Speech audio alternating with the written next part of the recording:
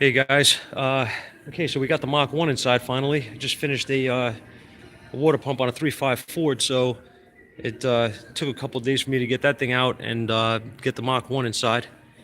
But here she is. And the first thing with this car was obviously just going over it quickly, visually. It's sat for 25 years. Uh, and the owner told me that the car died while he was driving it, and then they never got it running again, and they put it in the garage, and that was where it sat. The engine was rebuilt, I think he said like 200 miles before the catastrophe happened here, and it stopped running. But we, you know, got some info obviously off him. He's had the car forever. It's got a new tank in it, as you can see. That was done previously to being stored. Car's in. The car needs work, but obviously it could be a lot worse. It wasn't sitting out in the weather, so everything's here. It is a 351 Cleveland, as you guys can see.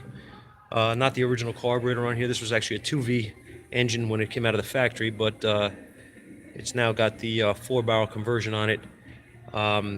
Everything on here is pretty much original. I mean, it's got a 6A box in it or whatever, but not too shabby for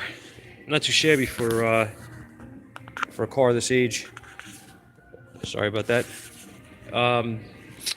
So what we did first was I just wanted to see if this engine would turn.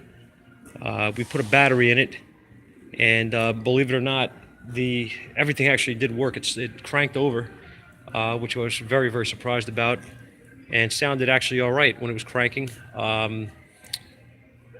Check spark, have good spark. And what we found is we actually have no fuel with this vehicle, so we have nothing coming up from the tank to the pump here. And it appears, from what I've seen here already, that we're gonna have a problem back at the tank. I'm gonna look at it tomorrow. It's late, but I just wanted to go over it real fast with you guys and show you what we got. Show you the inside real quick. It's a 4-speed car, as you can see,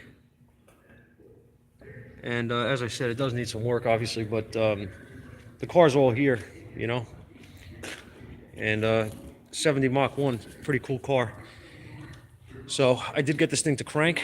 I did get it to actually start with a substitute fuel, and hopefully tomorrow we'll have it sorted to the point where we'll know what else is going on here, whether or not we have a a restriction somewhere in the tank, or whatever the case is. But this is where we're at. So I just wanted to show you guys real fast what was going on, where what we're looking at here with this Mach 1. But surprisingly, I was actually expecting this thing not to turn over at all.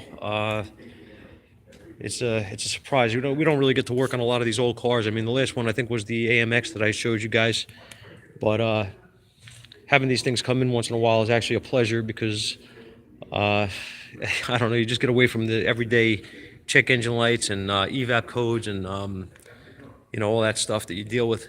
So you get to play with a real muscle car, and hopefully make this customer happy, because he's been waiting for 25 years to drive it. So I really, really want to get this thing going, and hopefully once it is running, the engine is sound. I hope. I guess we're gonna find that out soon enough. But I just wanted to do this video quick while I'm here. I might as well do it live, and soon enough we'll like I said, we'll know what's going on a little more in detail here. Once I get fuel up to the carburetor, we're gonna see if this thing actually fires and runs under its own power, nice and clean, or whatever, you know what I mean, however it's supposed to run. It's been a long time, so who knows. And that's that.